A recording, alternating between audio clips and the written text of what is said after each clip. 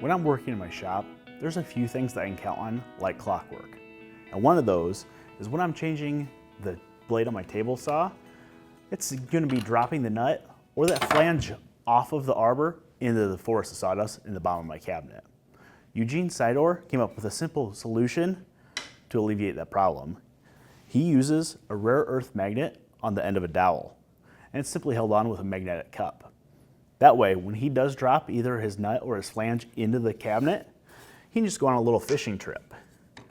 And he can feel around and then pull them out. That way, he can put off cleaning out his cabinet a little bit longer.